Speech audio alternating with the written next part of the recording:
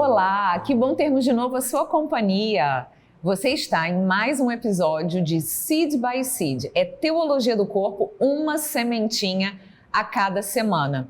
Muito obrigada pela sua companhia. Você está no canal da Web TV SDV, da comunidade Sementes do Verbo, e nós somos Tatiana e Ronaldo de Mello, falando com vocês diretamente aqui da Casa São Francisco de Sales, no Rio de Janeiro. E hoje, já vou logo avisando que nós vamos trazer um assunto polêmico. E sabe por quê?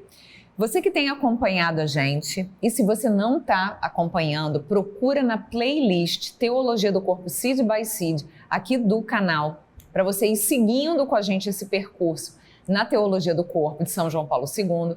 Mas se você já está acompanhando a gente, você está vendo que nós estamos no terceiro ciclo de catequeses, que é o ciclo que fala sobre a redenção do coração, ou seja, a gente trata sobre assuntos que têm a ver com a história da nossa salvação, a queda original, desde o pecado original, a nossa vivência histórica, infelizmente marcada pela concupiscência, pelo pecado, e a redenção que Cristo veio trazer para o nosso coração.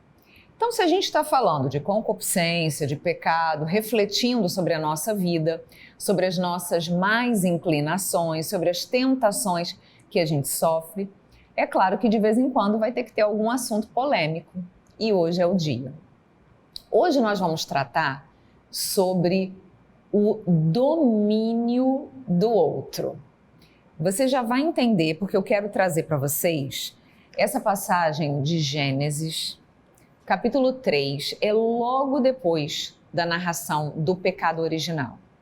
Gênesis 3, versículo 16b, segunda parte do versículo 16.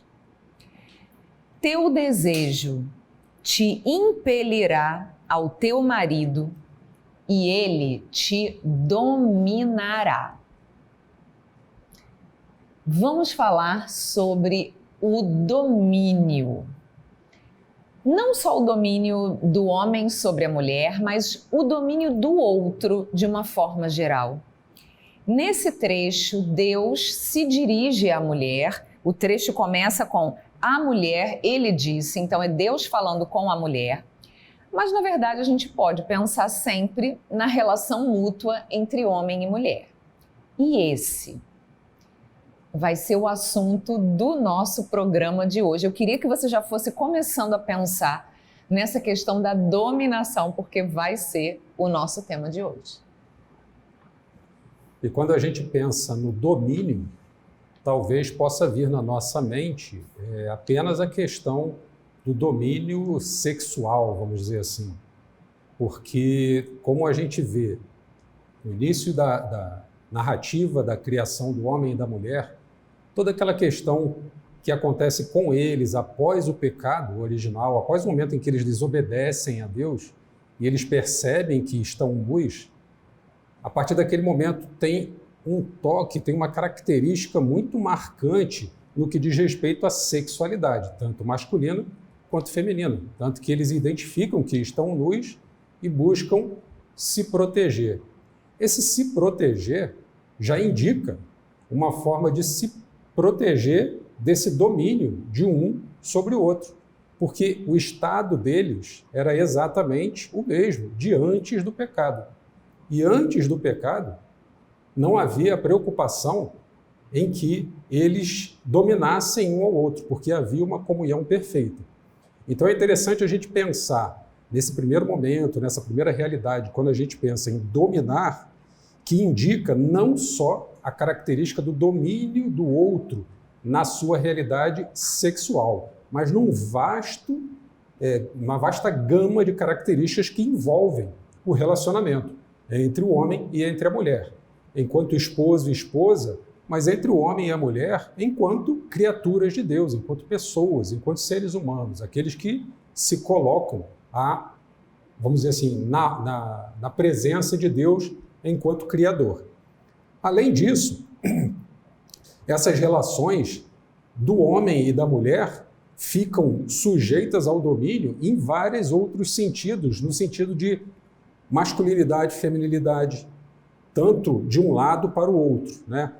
O Papa São João Paulo II, na sua catequese, ele coloca de forma muito clara que, apesar de Deus ter dirigido essas palavras à mulher, ele não quis dizer apenas a mulher seria dominada, mas o homem também corria o risco de ser esse papel aí de ser dominado pela mulher, porque quando os dois estão fora da graça, quando os dois estão fora dessa comunhão perfeita, prevista por Deus, sonhada por Deus antes deles cometerem o pecado original, apesar das palavras terem sido dirigidas diretamente para a mulher, o Papa São João Paulo II nos esclarece de forma muito tranquila, dizendo, olha, elas são dirigidas tanto para a mulher como para o homem. Não só na realidade do relacionamento conjugal, do relacionamento sexual, mas em toda a gama de relacionamentos que existem entre o homem e a mulher. Então, nesse primeiro momento, quando eles pecam e Deus chama a atenção e Deus alerta, olha, por vocês terem saído, quebrado essa comunhão perfeita, um vai ter o ímpeto inicial de dominar o outro. E aquela realidade que os dois viviam de perfeita comunhão vai colocar os dois em contraposição. O homem e a mulher ficam contrapostos, mesmo no sentido de competição. A gente poderia chegar a esse nível de achar que um estaria competindo com o outro, porque a perda dessa comunhão faz com que haja a perda do dom. E entre a realidade do domínio, né, apesar de serem palavras que começam iguais, né, a gente poderia até fazer aqui um jogo de palavras, né? Dom e domínio. Dom e domínio, porque a perda da comunhão com Deus faz com que o dom de um para o outro seja modificado, seja transformado pelo domínio de um pelo outro. Então, essa colocação, essa posição coloca os dois em oposição, mas não só em oposição no que diz respeito à sua pessoalidade, à sua humanidade, mas em relação à sua sexualidade também. Porque o sexo feminino, a mulher, fica numa posição em que ela precisa se proteger do domínio da masculinidade. E como o Papa São João Paulo II fala que essa palavra de Deus é dirigida para os dois, o homem também acaba precisando se proteger contra esse eventual domínio da feminilidade sobre a sua masculinidade.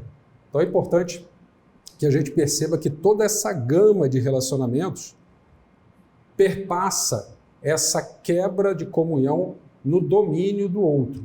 E por que isso acaba acontecendo nesse domínio? Porque quando sai o estado de pureza, o estado onde não há pecado, entra o estado da concupiscência.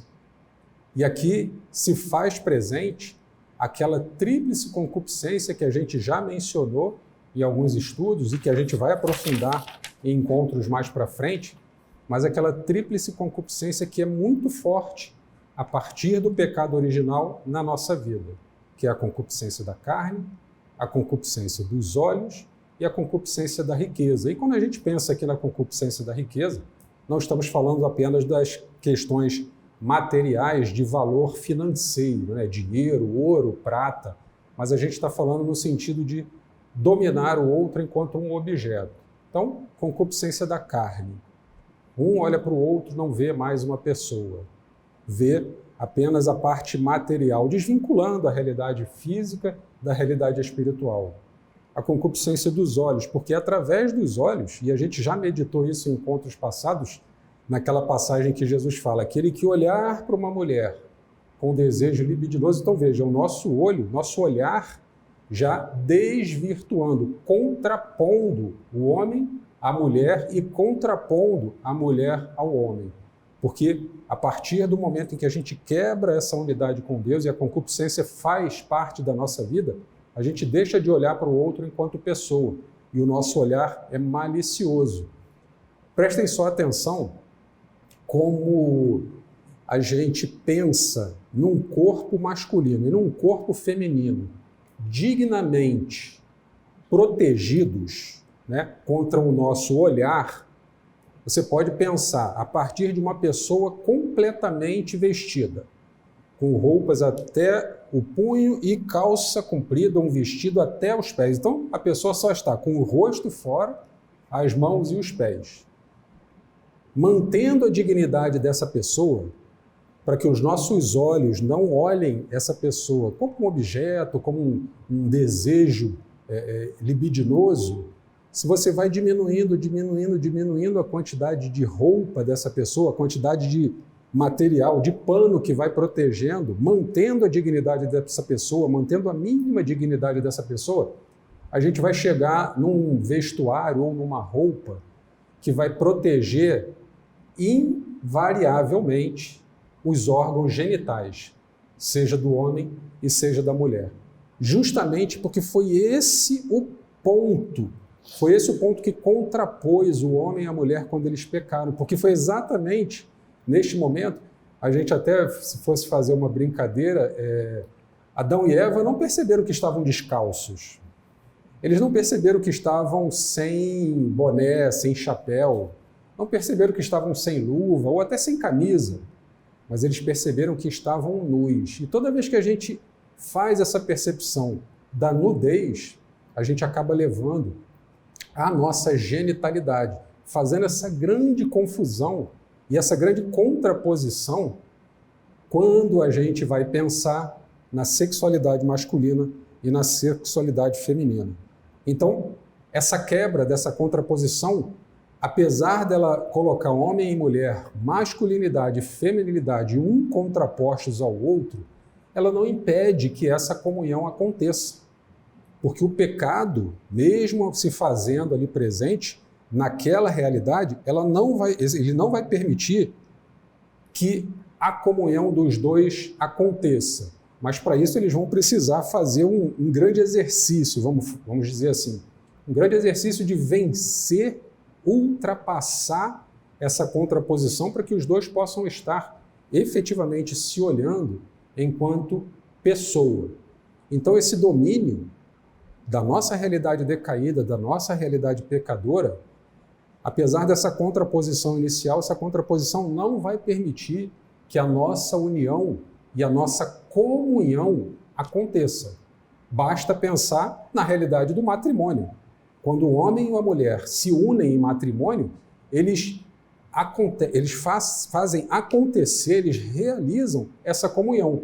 E os dois carregam consigo o pecado original. Os dois carregam consigo essa herança lá dos nossos pais, Adão e Eva. Mas isso não impede que eles façam essa verdadeira comunhão através do sacramento do matrimônio. Tanto não impedem que dessa união uma nova vida é possível de ser gerada. Então Deus deixou aquele germe, aquela semente possível da comunhão entre o homem e a mulher, apesar de decaídos, para que eles possam fazer essa comunhão como Deus sonhou na sua origem. Só que vai acontecer uma luta constante, uma luta permanente vai acontecer nesse homem e nessa mulher que se unem no sacramento do matrimônio, porque eles ainda carregam com eles não foram totalmente limpos daquela realidade do pecado que nossos pais viveram lá atrás.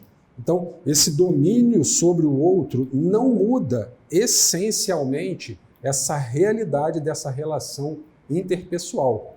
Essa possibilidade dessa relação interpessoal, ela continua acontecendo, só que ela se transpõe para uma outra realidade, para uma dimensão que faz o ser humano, apesar das suas limitações, apesar dos seus pecados, deixar de olhar o outro como objeto e olhar o outro como pessoa. É um grande desafio que a gente passa para que a gente não domine o outro. E no final das contas, a concupiscência da carne, a concupiscência dos olhos, como eu dei aquele exemplo, da gente olhar para o outro e às vezes não ver o outro como uma pessoa. E a concupiscência da riqueza, no sentido de só desejar para si, aquela coisa bem egoísta, né? Eu quero tudo para mim, eu quero tudo venha ao meu favor e me satisfaça, me traga prazer, me traga o gozo mundano, né? Não o gozo da felicidade junto de Deus. Com isso, a gente chega na grande realidade que o Papa São João Paulo II traz desse ciclo, dessas catequeses, que é chegar no coração humano.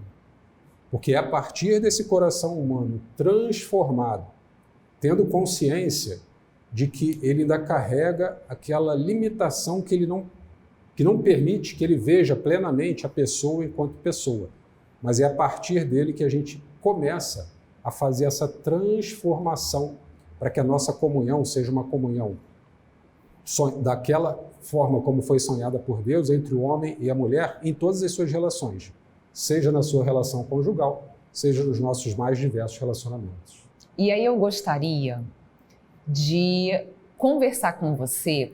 Você deve ter percebido já que esse terceiro ciclo é o ciclo da tensão, porque é a tensão que nós vivemos. Do pecado vindo em cima de nós, nos atacando, nos puxando o tempo todo, mas ao mesmo tempo a nossa luta em vencer as nossas limitações, os nossos defeitos, as nossas fraquezas, para que a gente possa chegar à comunhão com Deus e à comunhão com o outro, porque foi para isso que nós fomos feitos. Nesse encontro de hoje, a catequese do Papa nos trouxe essa questão do domínio do outro. Em especial, o domínio do homem sobre a mulher. E aí eu gostaria de encerrar esse nosso episódio de hoje com um recado para as mulheres, mas que também vale muito como um recado para os homens, porque a nossa relação é sempre recíproca. Para que eu seja uma boa mulher, eu dependo de encontrar e conviver com bons homens, e para que você seja um bom homem, você depende de encontrar com boas mulheres para te fazerem crescer. Então eu queria falar primeiramente para as mulheres. Mulheres que talvez sintam ou já tenham sentido muitas vezes no seu dia a dia essa dominação do homem de uma forma negativa, como algo que te feriu ao longo da sua vida, ao longo da sua história. Lembremos que Deus é o nosso Pai.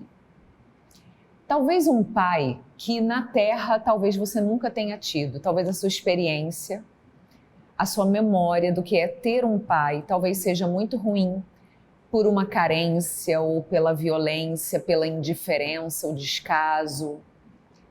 Mas Deus é o melhor pai que poderia haver, um pai verdadeiro. O meu nome é Tatiana. Tatiana significa literalmente a queridinha do papai.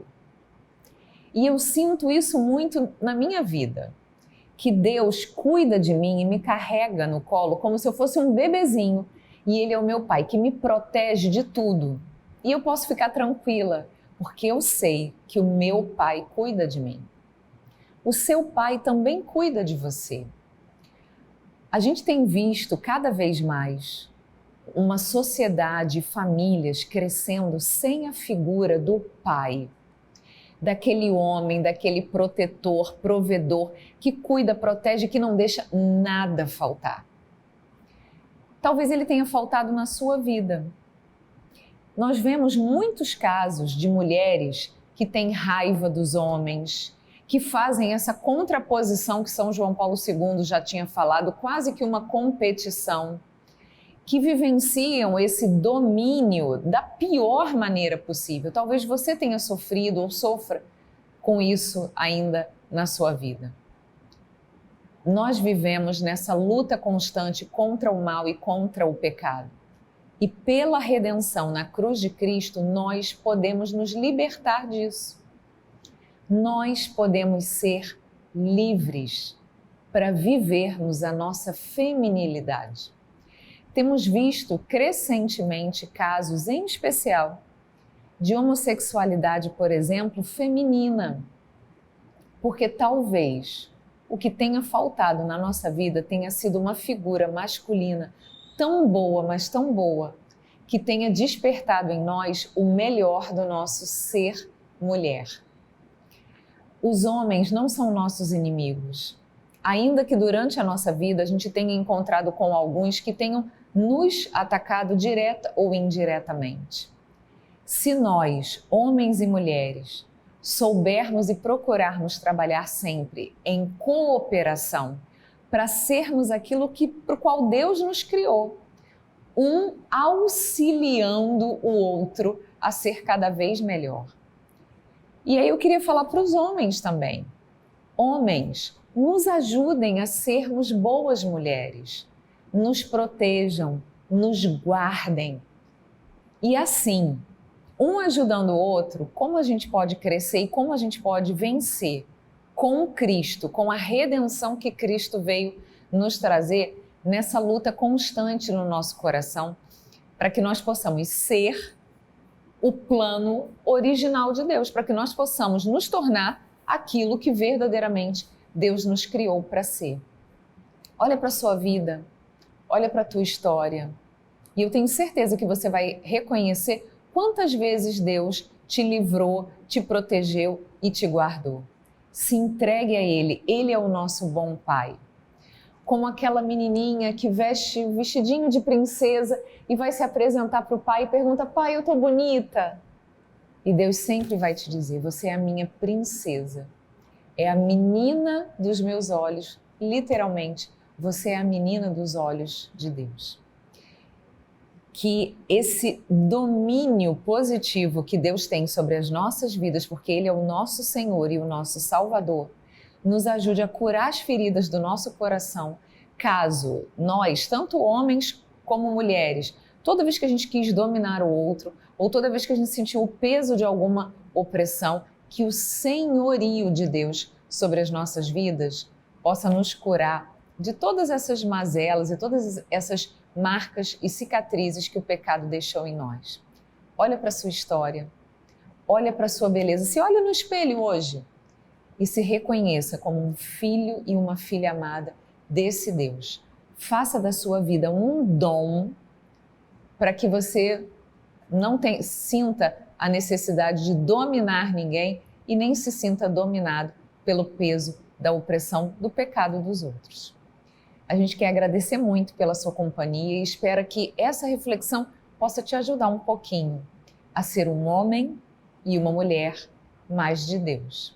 E a gente te aguarda na semana que vem um novo episódio de Teologia do Corpo, Seed by Seed. Até lá!